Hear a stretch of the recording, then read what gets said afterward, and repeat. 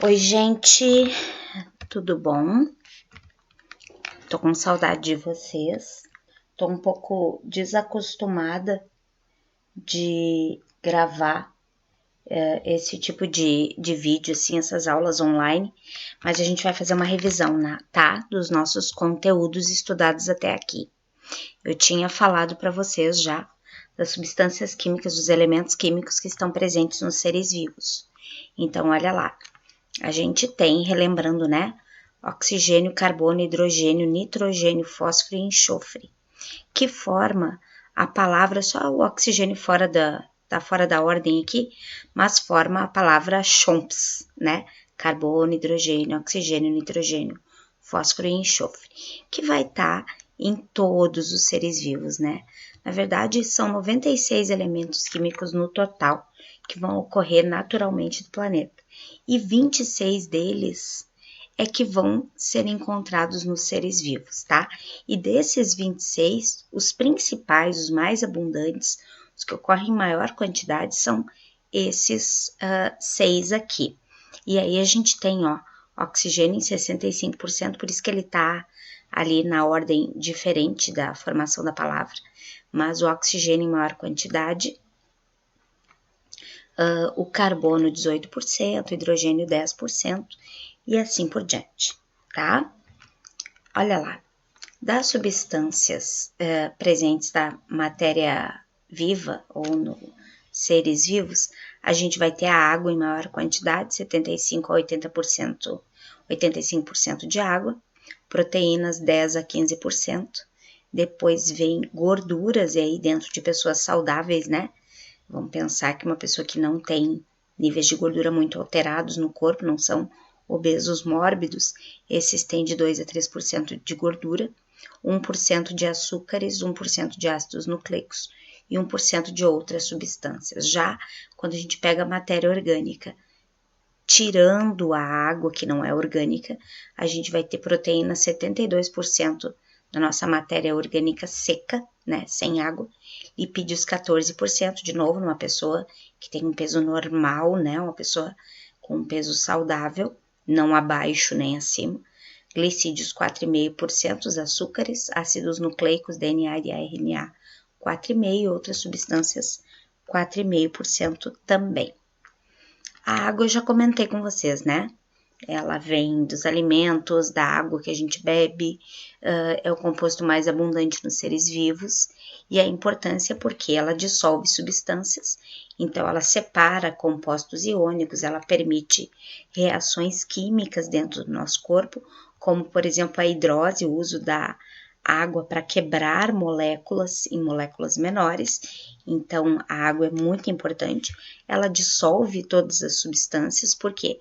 Porque elas têm, a gente diz que uma alta polaridade, a parte do oxigênio, ela tem polo negativo, e a parte do hidrogênio polo positivo, então como ela tem dois polos, como se fosse uma pilha, tá? Positivo e negativo, ela consegue se ligar a várias substâncias, dissolvendo elas, separando elas em partes positivas e negativas. Ela regula a temperatura do nosso corpo, né? A gente elimina suor quando tá com calor, e esse suor, ele é líquido, não é transpiração. Transpirar é perder vapor, suar é perder líquido, água e sais, tá? Pelas glândulas, e quando esse líquido evapora, ele baixa a temperatura, então mantendo a temperatura das células do corpo, né, impedindo as variações, que essas variações sejam muito bruscas. Por quê? Porque a água, para ela evaporar, para ela condensar ou para ela realmente ferver, ela precisa de uma temperatura bem alta, né, 100 graus Celsius. Então, ela consegue regular nossa temperatura porque ela tem uma faixa de temperatura bem grande para ela continuar sendo líquida, né, de 0 grau até 100. Então, é bastante essa faixa, e isso permite que os seres vivos usem dessa água como regulador térmico.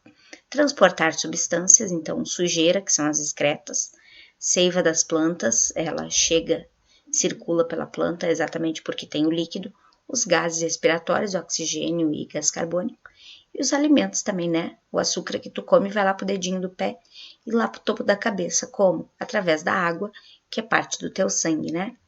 Ela é lubrificante dos olhos, das articulações. Os olhos a gente consegue perceber, né? Que são úmidos, né? Molhados.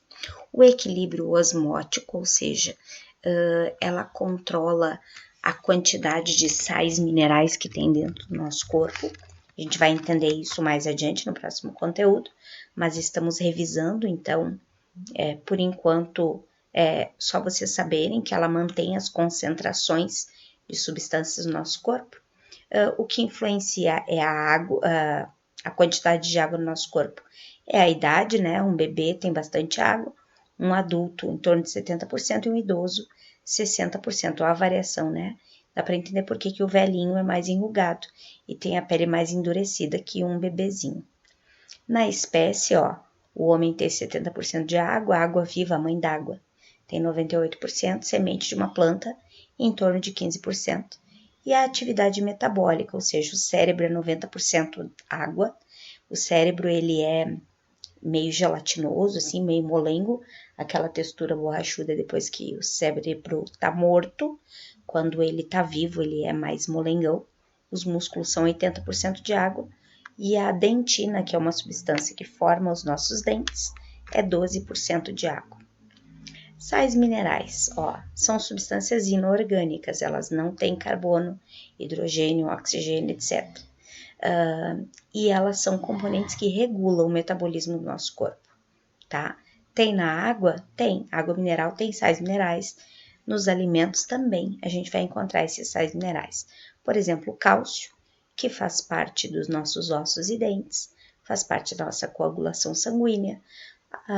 Ele também ajuda no funcionamento de nervos e músculos.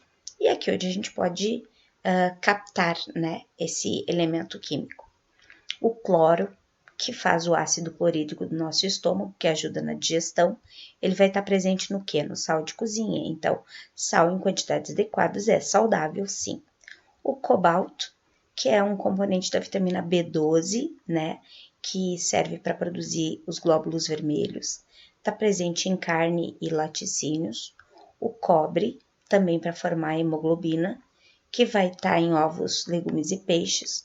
O enxofre, que controla a atividade metabólica, ovos, carnes e legumes. A gente vai ter também o iodo, que também vai estar nos peixes e que atua na nossa tireoide.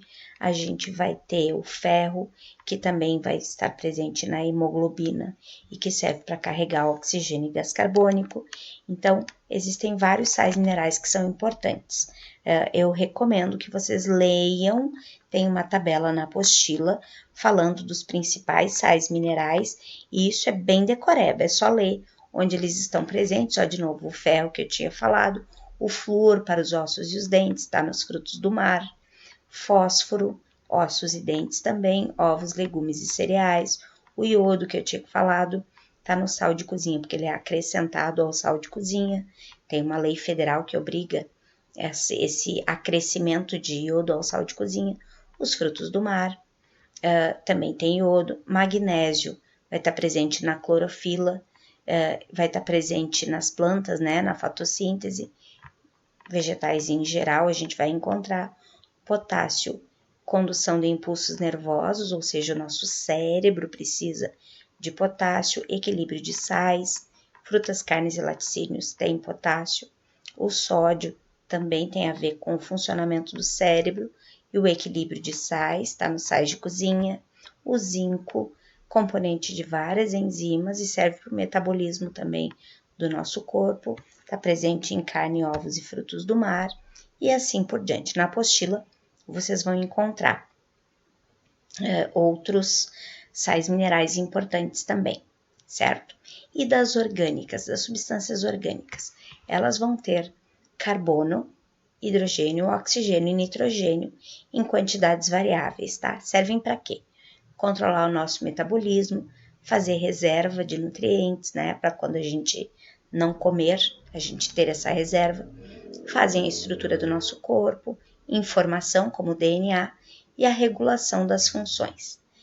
Primeiro deles que a gente vai falar, carboidratos. Vamos lembrar da musiquinha? Carboidrato quer açúcar. Eu tô com a voz péssima, tô sem fôlego e estou na sala da minha casa gravando essa musiquinha enquanto tá todo mundo dormindo. Então é óbvio que eu não vou cantar direitinho, né? Mas eu vou deixar o link dela, até acho que já deixei, mas vou deixar o link dela de novo para que vocês possam ouvir essa musiquinha para tentar memorizar o máximo possível de informações sobre os carboidratos. Bom, carboidratos ou hidratos de carbono é a mesma coisa, são também chamados de açúcares, glicídios ou glucídios, tanto faz, tá? São separados em monossacarídeos. Esses monossacarídeos têm de 3 a 7 carbonos, tá? Então, esse CN é C3, H2N, então 2 vezes 3 é 6, C3, H6, O3, por exemplo, que é esse aqui, uma triose.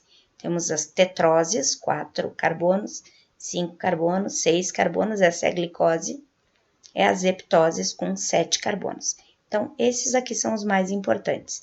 Essa pentose está no DNA e no RNA, e a hexose é a glicose que a gente conhece tão bem, né? Que é o principal açúcar da alimentação para nós. Então, olha lá, presente no RNA, a desoxirribose está no DNA, a gente vai ver a diferença entre esses dois. Eles são chamados de monossacarídeos, até 7 carbonos, tá? Ó, a glicose, a frutose e a galactose, todas têm 6 carbonos, mas são açúcares diferentes entre si, tá? Pela forma como se organizam esses elementos químicos aqui na fórmula. Então, olha só, a glicose é a energia para todas as células, até para as plantas, é o produto final da fotossíntese, então a planta fabrica a glicose para ela mesma usar como energia. A decomposição da glicose fornece energia para a fabricação de moléculas de ATP. Pensem o seguinte, o ATP é a energia livre no nosso corpo.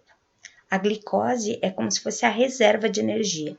Entre aqueles 6 carbonos, eu costumo desenhar eles no quadro e dizer que entre um carbono e outro, quando eles se conectam, tem energia. Quando tu solta, quando tu libera eles, tu libera essa energia que a gente chama de ATP. A frutose é o que dá o sabor açucarado para as frutas, se transforma em glicose no fígado, e a galactose encontrada no leite, e também se transforma no nosso fígado em glicose. Ali a gente tem outros açúcares importantes. Primeiro, que a gente vai falar são os disacarídeos. Os disacarídeos são moléculas grandes, são formados por 2 monossacarídeos. Olha o exemplo. A maltose é uma molécula formada por 2 moléculas de glicose. Então, tu pega 2 glicoses e junta elas. Vai estar presente onde? Nos vegetais. A celobiose, que a gente não se alimenta dela, porque ela tem a ver com celulose, que é a fibra das plantas. Também ela é formada por 2 moléculas de glicose, mas ela não é digerível pelos mamíferos. A sacarose, que é uma molécula de glicose mais uma de frutose, tá? Que está presente na cana-de-açúcar, e a gente faz o açúcar de cozinha com ela. E a lactose, que é formada por glicose, mais um outro açúcar, que é a galactose. É o açúcar do leite, aquele que os intolerantes acabam tendo problema. E temos os polissacarídeos. Os polissacarídeos são aqueles açúcares de alto peso molecular. Eles são bem grandes. Então, a gente vai ter o amido, formado pelas plantas, né? E o amido vai estar presente no arroz, o carboidrato, né? O açúcar do arroz é chamado de amido, ele é uma molécula bem grande, ele vai estar presente no feijão, a massinha branca que tem dentro da casquinha do feijão, na soja, no milho, no trigo também, a gente vai ter bastante amido, tá? É o carboidrato que tem bastante energia, que engorda se comido demais. Glicogênio, a gente vai encontrar no fígado e nos músculos dos animais, tá? Então, ó, amido tá nos vegetais, glicogênio é a reserva dos animais. Questão de prova isso aqui, tá? E ele também se forma a partir de muitas centenas de glicoses conectadas, formando não exatamente um colar de pérola, tá? Mas é uma molécula bem grande, formada por várias glicoses conectadas umas às outras. Temos a quitina, que a gente diz que ele é estrutural porque ela forma a carapaça dos artrópodes, dos insetos, dos aracnídeos, tá?